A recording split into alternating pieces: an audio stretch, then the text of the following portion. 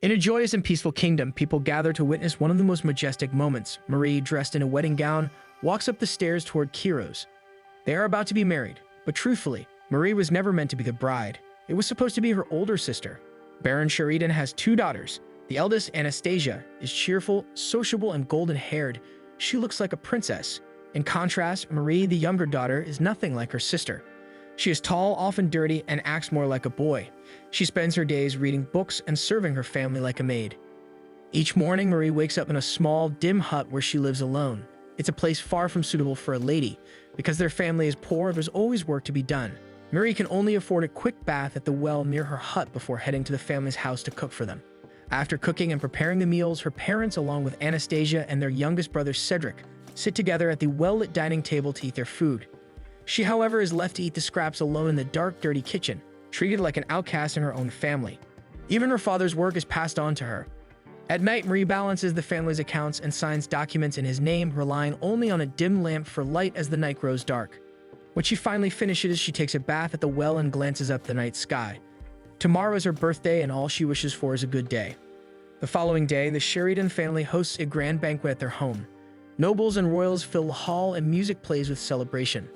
Anastasia looks stunning in her elegant gown, and Cedric compliments her beauty. Marie, standing off to the side in a plain, long dress and her unkempt hair, can only watch in silence. Suddenly, their father stands up to speak. He thanks everyone for coming and announces that Anastasia is the star of the night. At that moment, Marie looks down. Of course, this isn't a birthday celebration for her. It's a debut party meant to find Anastasia a suitor. Upset, Marie runs out of the hall, drawing everyone's attention. She walks quickly through the corridors until she reaches the garden. Sitting by the pond, she stares at her reflection in the water, feeling miserable for being born with such an unattractive face. Suddenly, a man's voice breaks the silence as he asks for directions. Marie quickly points toward the entrance. He mistakes her for a maid, but the maid accompanying him corrects him, saying the Sheridan family only employs one servant, a woman in her 60s. Realizing Marie must be one of the two daughters, the man politely asks for her forgiveness. Marie, noticing his attire, immediately recognizes he is from the Ipsandra's Republic. She even comments on the traditional formal wear he's wearing, surprising the man with her knowledge.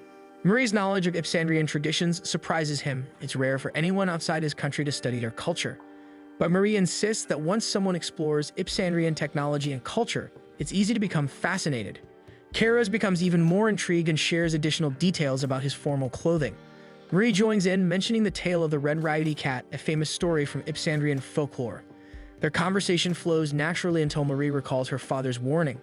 A woman who flaunts her knowledge is shameful, so she lowers her head and apologizes for her behavior.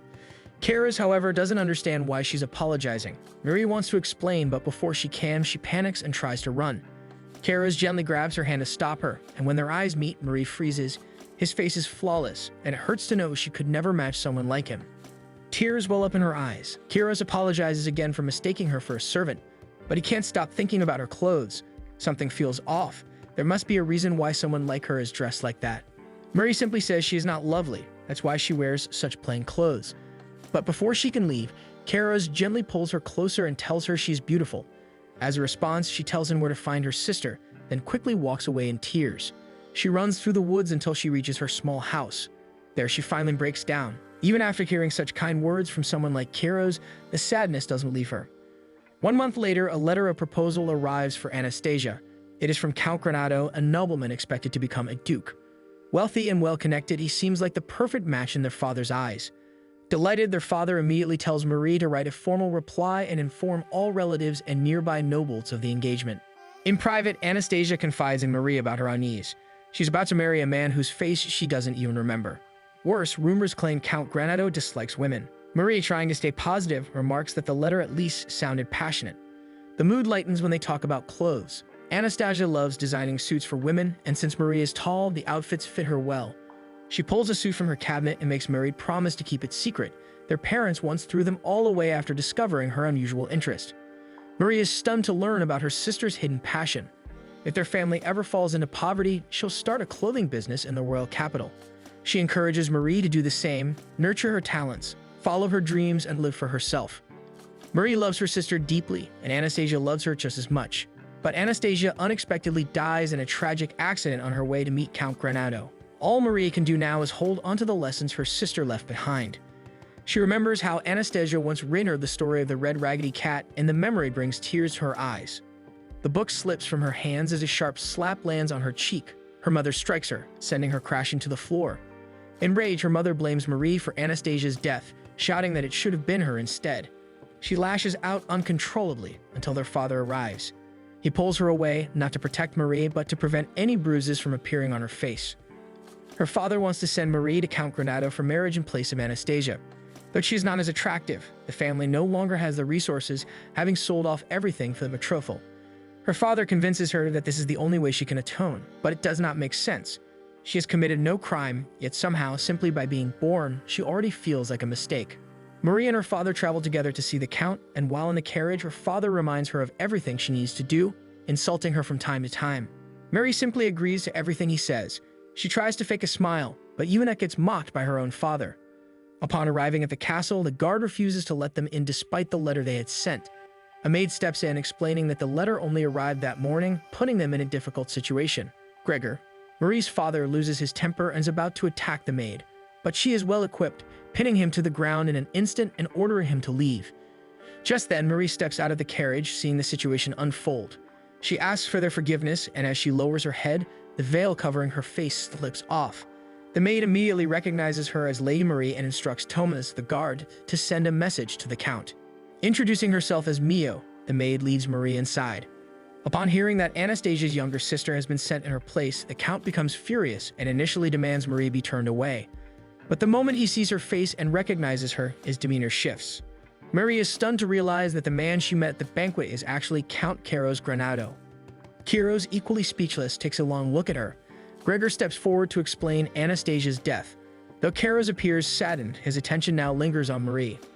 As Gregor tries to speak ill of her, Kiros gives him a cold, warning glance. With a new calmness, he declares that Marie will stay at the palace for the night. Without delay, Mio prepares a room for her. Marie is left alone to enjoy a meal, with Mio attending to her.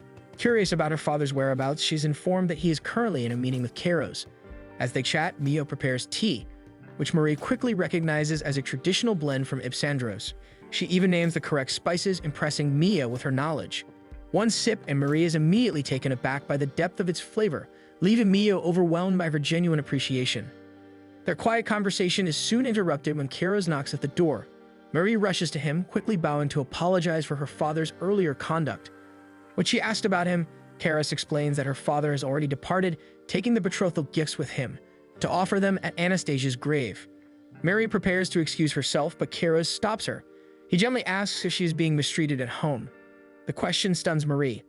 Though her parents never showed her affection, she doesn't see it as abuse. In her eyes, their harshness is simply training. Because she is a know-nothing, they want her to learn how to survive. However, her explanation does not make sense to Kiros. Thinking back to the banquet, he recalls that she was wearing clothing typically reserved for widows or nuns, on her birthday, no less. To him, this further confirms his suspicion that Marie is being mistreated. She never intended to become a nun, nor was she trying to push men away. When Kiros asks if she is unhappy with her family, Marie cannot respond. It's true that the life she's living is far from what she wants, but she has never considered escaping. She simply believes she is not lovely enough to deserve better. With that, Kiros gives Mio a command to take Marie away. Marie assumes this means she's being dismissed because of her appearance. But to her surprise, Mio greets her warmly, already prepared with a bath and fresh clothes. She escorts Marie to the bathhouse, where a large private tub awaits her. Marie is stunned, wondering how much work it takes to maintain such a luxurious space. She assumes she's been brought there to clean, but instead, Trunica, the bath's caretaker, arrives to pamper her. Mio informs Marie of Trunica's expertise in bathing rituals, and before she even realizes it, Trunica has already stripped her of her clothes. Mio even adds that if Trunica displeases her, she's free to slap her. Marie proceeds with the bath, submerging herself in warm water filled with flower petals while Trunica carefully tends to her hair. Trunica confidently assures that she will have Marie sparkling clean in no time, as if she's being reborn. Before long, Marie dozes off in the comfort of the bath. That night, once the beautification process is complete, Kiros waits for Marie to appear. When she finally steps out, she is nearly unrecognizable. As she walks down the grand staircase toward him, Kiros can't take his eyes off her transformation. Even Marie, catching a glimpse of her reflection, can hardly believe the woman in the mirror is her. Kiros freezes for a moment before calling out to Liu Liu, his mother. She steps forward and examines Marie carefully from head to toe. As the head of the family, Lulu's approval is crucial for the betrothal to proceed. The engagement depends heavily on her decision. After a meticulous inspection, Lulu comments that something is lacking. Kairos is ready to defend Marie when Lulu finishes her thought. What Marie lacks is self-confidence. If she wishes to become the wife of a duke, she must learn to carry herself with pride and nobility. But Lulu adds, she can at least begin practicing before the wedding. Hearing this, Kairos is visibly relieved and overjoyed. Mio also congratulates Marie, who remains confused. Only then does she learn that Lulu's approval means the engagement is now official. Cheers fill the room as everyone celebrates their engagement. Lulu expresses excitement for the upcoming wedding, but Marie still stands frozen in place. Then finally, unable to hold it in any longer, Marie lets out a loud scream. She can't do it. One look at Marie and Kairos is speechless. It truly feels as if she's been reborn. While gazing at the stars and sipping his wine, Kairos can't help but recall how lovely she is. But Mieva soon pulls him back to reality. Marie has just rejected his marriage proposal. The memory hits like a blow and Kairos slumps onto the table in tears, unwilling to hear it again. Yet Mia reminds him it's her duty to deliver the truth, and adds that he proposed to the wrong sister that night. It's true, that evening was Marie's birthday, so no one would guess that the girl quietly sitting in the dark was the celebrant herself. Kairos' father, Count Alfred Granado, had 2 wives. As children, Kairos and another girl shared stories while voices echoed down the halls. The arguments came from the Count's wives. His official wife was Lady Laura, a noble daughter, while his concubine was Liu, an Ipsandrian traveler. She was Kairos' mother. One day, while chasing butterflies in the garden, young Kairos tripped and fell to his knees. He cried loudly until Lady Laura approached, offering him a piece of sweet pastry. With just one bite, Kairos brightened. Laura admitted she baked it herself. She teased him for trusting her so easily, but Kairos was too taken by the flavor to worry. When she asked what other sweets he liked, he eagerly listed his favorites. Laura, too, confessed her fondness for sweets, saying that making them helped her forget unpleasant things. Before leaving, she promised to bake chocolate cookies for him next time, and Kairos, with innocent joy, looked forward to it. One night in the palace, Count Alfred Granado summoned Liu and Kairos for a private meeting. Despite Lady Laura being his official wife, all of her children were daughters.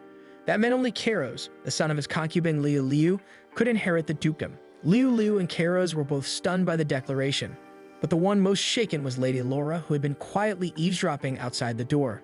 Then, one sorrowful night, a scream of grief echoed throughout the castle. Kairos rushed toward the sound, only to find all his sisters gathered around Lady Laura, who lay lifeless on the floor, a half-eaten cookie still in her hand.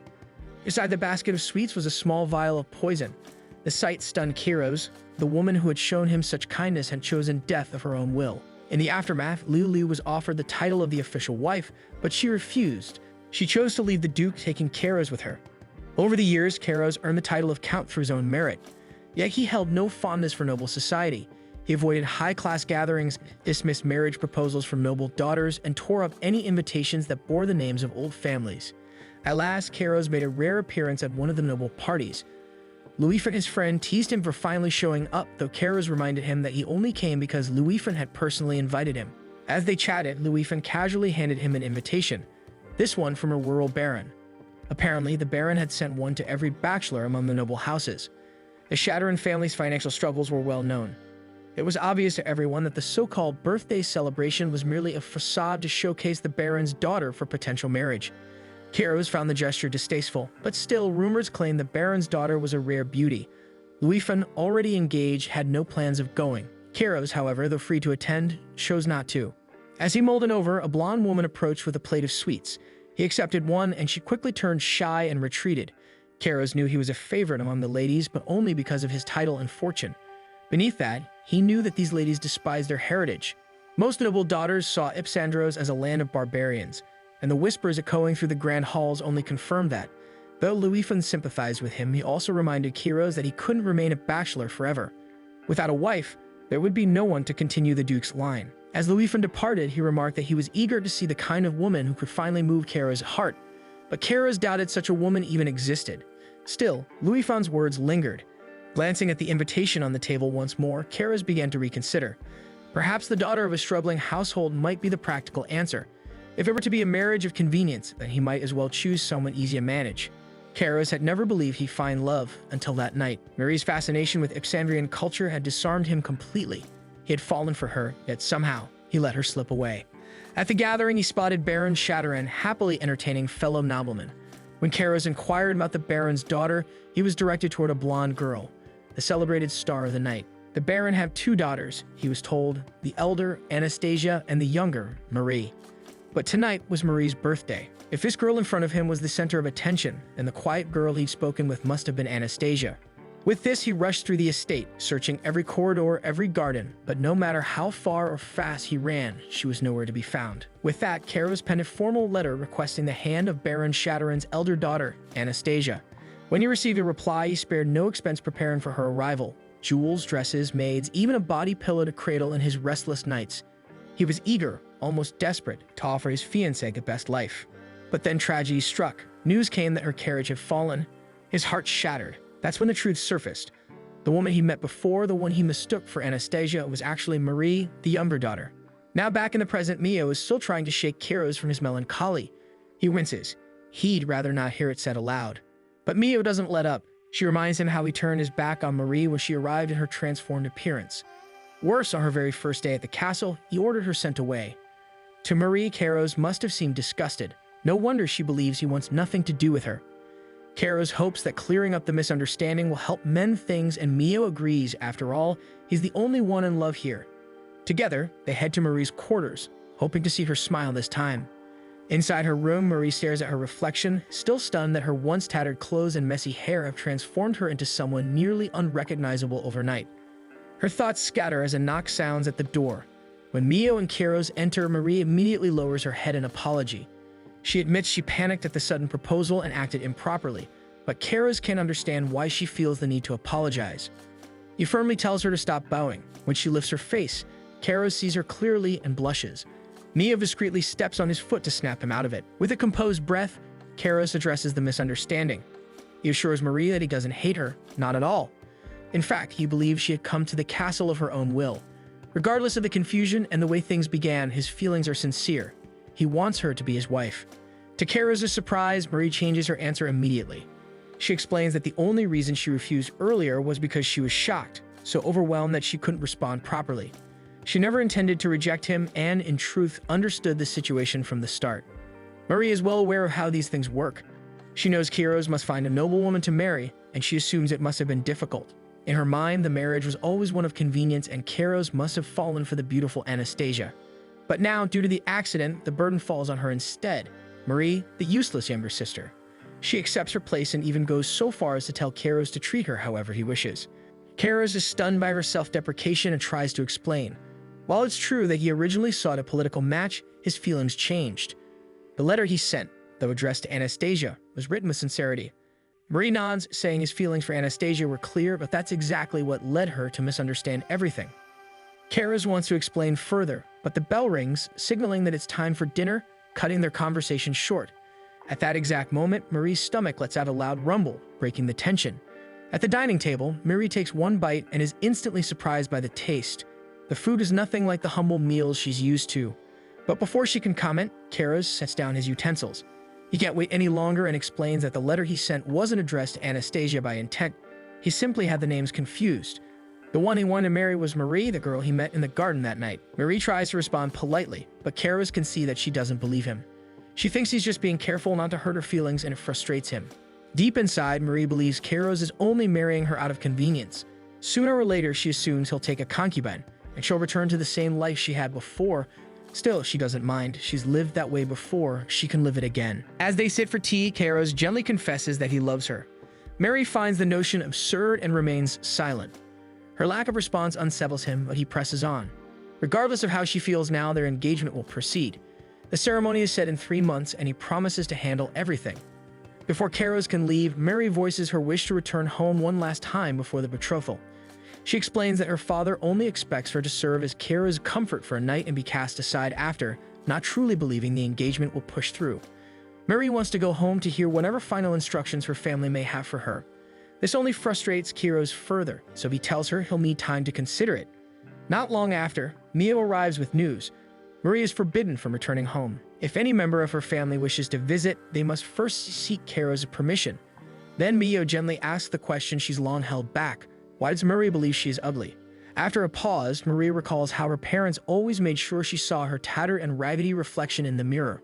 Sympathizing with her, Mio takes Marie's hands and urges her to face the mirror and see her true self. That night, alone in her room, Marie gazes at her reflection and recalls Mio's words. But deep down, she believes the real her is not someone she has ever truly seen. She sits at the edge of the bed, and her expression instantly changes as she sinks into its soft, luxurious fluff. Lying down, she stares at the ceiling with quiet wonder. Everything feels unreal: the palace, the fine clothes, the lady attendants, and the handsome count to whom she is now promised. It feels like a fleeting dream, one she fears will vanish the moment she wakes up. She tries to close her eyes, but the Count's words earlier do not let her sleep. Even if it is all just a dream, she wishes it would last a little longer. When morning comes, she instinctively prepares herself for her duties: light the stove, wake the household, begin the chores.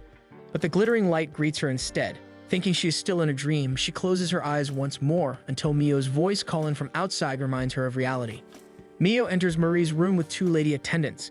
As the women bow to greet her, Marie instinctively bows even lower. Mio gently reminds her to be at ease. Now that she is officially the Count's fiancée, they will attend to her daily needs. Alongside Mio are Hannah and Lisa, who are ready to serve her from this day forward.